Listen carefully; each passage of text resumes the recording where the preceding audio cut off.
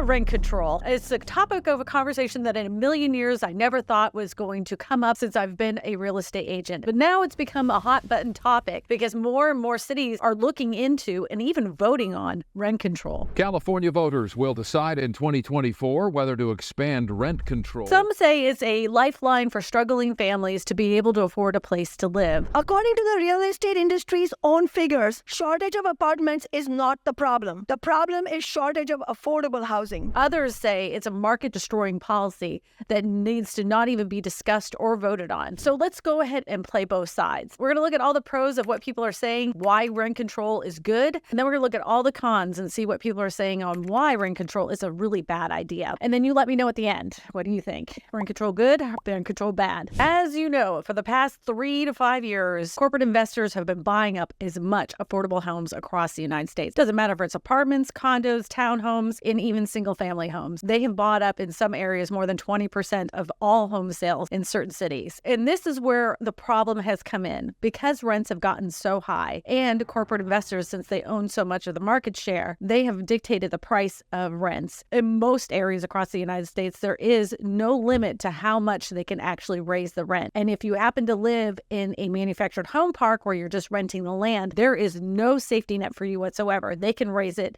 50% in 6 months or 50% in 2 months. It does not matter. They can just raise the rent and you can get evicted. This is actually added to the increasing problem of homelessness across the United States of working Americans that have a job but can't afford a place to live. So the idea for most is saying, well, why don't we put a cap on how much that people can actually raise the rent? And their suggestion in most areas and most of these bills is 3%. So only 3% every lease agreement can the rent go up. In the mind, it could seem like that's a really good idea. And we'll get into the reason why on the con side in just a second. Now, let's talk about the flip side of this. When investors have come in and purchased all these homes and they have made the rent, they say that they have followed the market value of the area and raised the rents accordingly. Not only that, the reason why they say that the rents have gone up so much is that property taxes and insurance have increased as well. And that's the reason for the increase in rent. It's also been said that if there only is a 3% increase of the ability for them to increase rent, that most likely a lot of these bigger investors will no longer want to maintain these homes. So over time,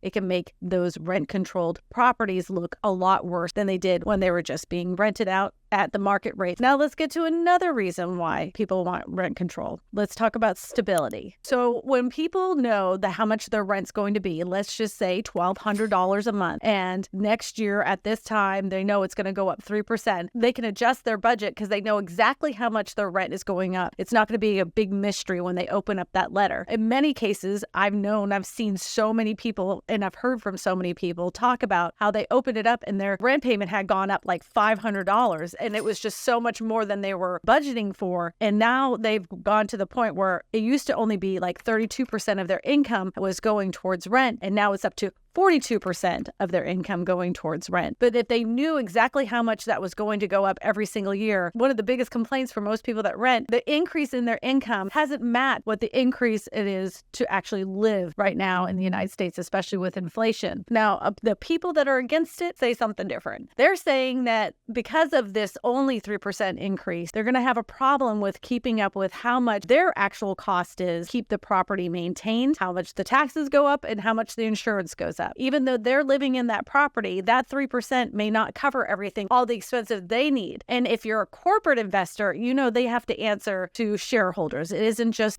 like mom and pop sitting there budgeting out their incomes for the year. On the flip side of that, they could even make it so that those apartments or homes turn into luxury, or they'll just put them back up in the market and put them up for sale, which wouldn't necessarily be a bad thing since there is a shortage of supply of homes across the United States. We're going to get back to that in just a minute. So other advocates of rent control say it makes a community preservation. I'm sure you've heard of the word gentrification. And they're saying that a lot of corporate investors that come in, they take these properties that are in lower income areas, they flip them, they make them more expensive, and then it changes the community altogether, causing gentrification. This is one of those things that the people for rent control say it would stop that from happening because there would be rent control in place. So it would keep the community exactly the way it was supposed to be intended in the first place in their minds. They only could raise it up 3%. So no longer will their community look different, full of Starbucks and Costco's, and it will be the community that it had always been. Now, the people that say that rent control is a bad idea, they say these are kinds of things that they're revitalizing a neighborhood. This is an area that was dilapidated, and now they're going to change it and make it into something that where everybody wants to live. But if you add rent control to it, you're no longer going to get those businesses that want to come in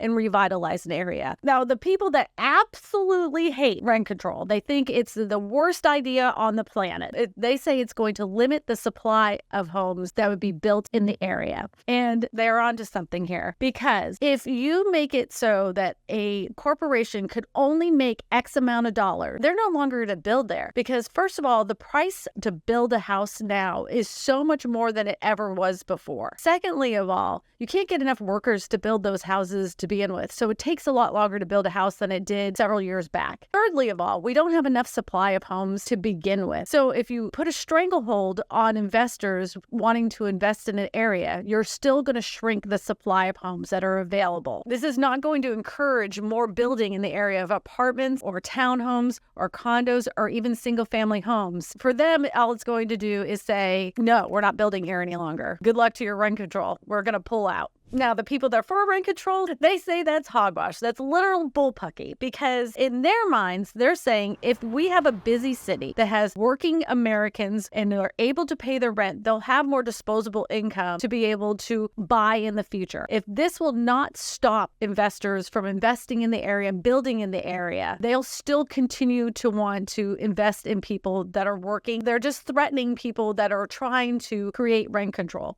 Now, I also want to tell you that these people that are very for rent control, they want national rent control 3% across the United States, even if you have affordable housing in your area. In New York City, they have had rent control for years, and it got so bad at one point that the landlords weren't making enough money to maintain the buildings that had rent control. So as their last resort to get their money out of the building that they had put into, they were setting those suckers on fire because they didn't have enough money to pay the taxes, to pay for the maintenance, to pay for the insurance, because the rent was so controlled, it was not keeping up with inflation in the area. Now, another thing that people that hate rent control say that it only really helps a small portion of people, that once rent control is enacted, it floods the market instantaneously full of people that got in and were able to maintain that rent control. And then after that, those rent control apartments seem to dwindle down. There's going to be less and less and less. And this has happened in a lot of major cities. And then the people that have rent control, they stay in those apartments for a very long time. And some of them don't even need the rent control. And then the other people that are paying without rent control are basically renting a shoebox for the same amount of money. They say in some cases that higher income renters are renting these apartments, and it's not really working for the people that it was intended to. And that is in some cases what happens with rent control. Now, if you go on the pro side of rent control, those same people are saying this is absolutely ridiculous. There isn't enough people that are really making or reaping the benefit from rent control. They're just having a survivable living wage now, and now they have a little bit of income to do something extra because now they have an affordable place to live. Now let's talk about the taxes. When it comes to rent-controlled apartments, and you can look at history on this, over time, those areas have been known to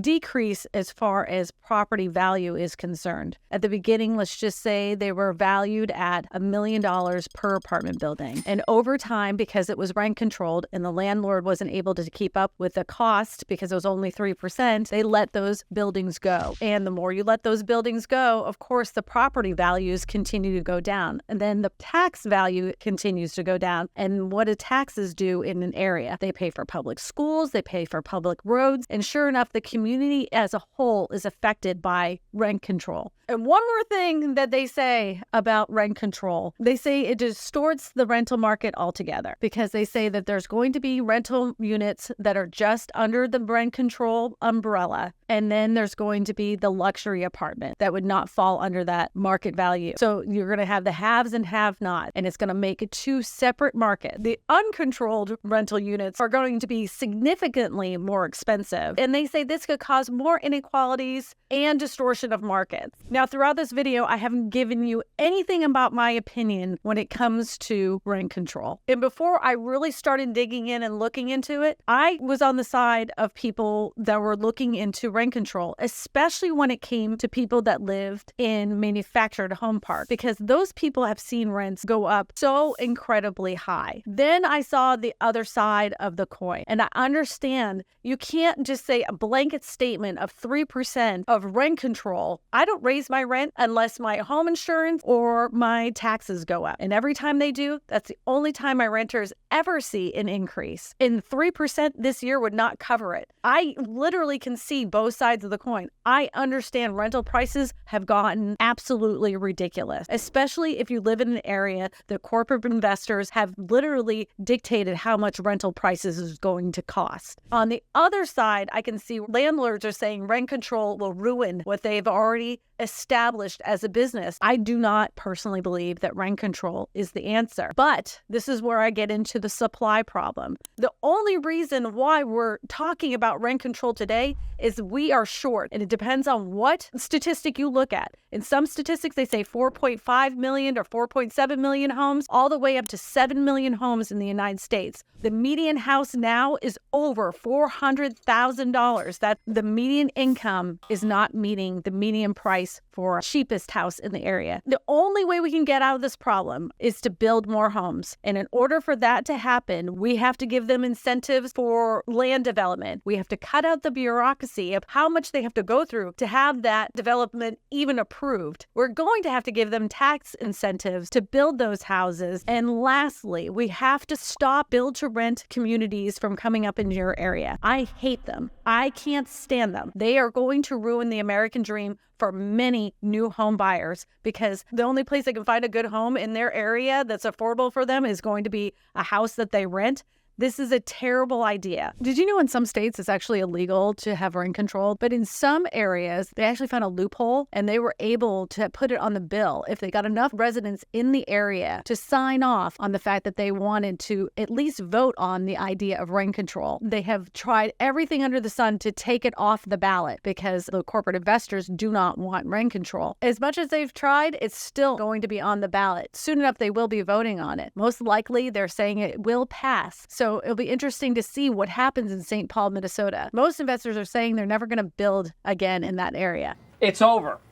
We'll just see what happens. But even in my home state of Massachusetts and in Boston, there's been proposals for rent control, but they've gotten some pushback on both sides, believe it or not. Let me just show you what WBUR had to say. It says, Wu's rent control proposal is here and it's taking criticism from both sides. Boston Mayor Michelle Wu said that she was going to have rent control proposed for 2023, and it didn't take long. She's been floating a plan that would prohibit annual rent hikes higher than 10%, which is way above what other people have been suggesting for rent control. They've only been saying 3%. She's saying 10%. What the hell are you talking about?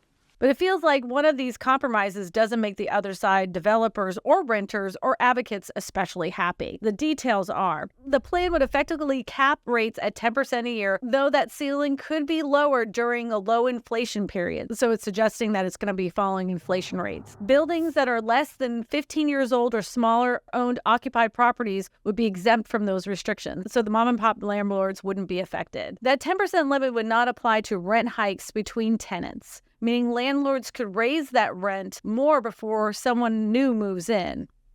The expert's view on it, Barry Bluestone, said that would protect many existing renters from exorbitant increases. The developers say broadly blasted rent control as a failed policy that would discourage needed development in the city, limiting housing construction now when the BPDA permitted the lowest number of units in 2022. But the renters say Wu's proposal would be among the weakest rent control policies in the nation and pledged to organize against it. So even the renters aren't even really on board with this. The developers aren't and the renters. But she says they're fleshing out the details, but formally proposing home rule petition to the city council due to the statewide ban on rent control. See, even Massachusetts has a statewide ban on rent control. Even in Boston, a more progressive liberal state, there are many proponents that say it's a really bad idea. Even the renters in that area don't think it's a really good idea. Look, affordable housing is one of those conversations that always gets people really worked up. I understand both sides of the coin. I understand it from a renter's aspect, especially since so many corporate investors have been dictating how much rent is in an area. And I understand it from the side of the landlords. You can't put a cap on how much you can charge people in rent. In their minds, the market dictates the price, not them. But I can see it from the other side too, saying if the market of rental homes is mostly owned by one or two big investors, they're dictating the price of how much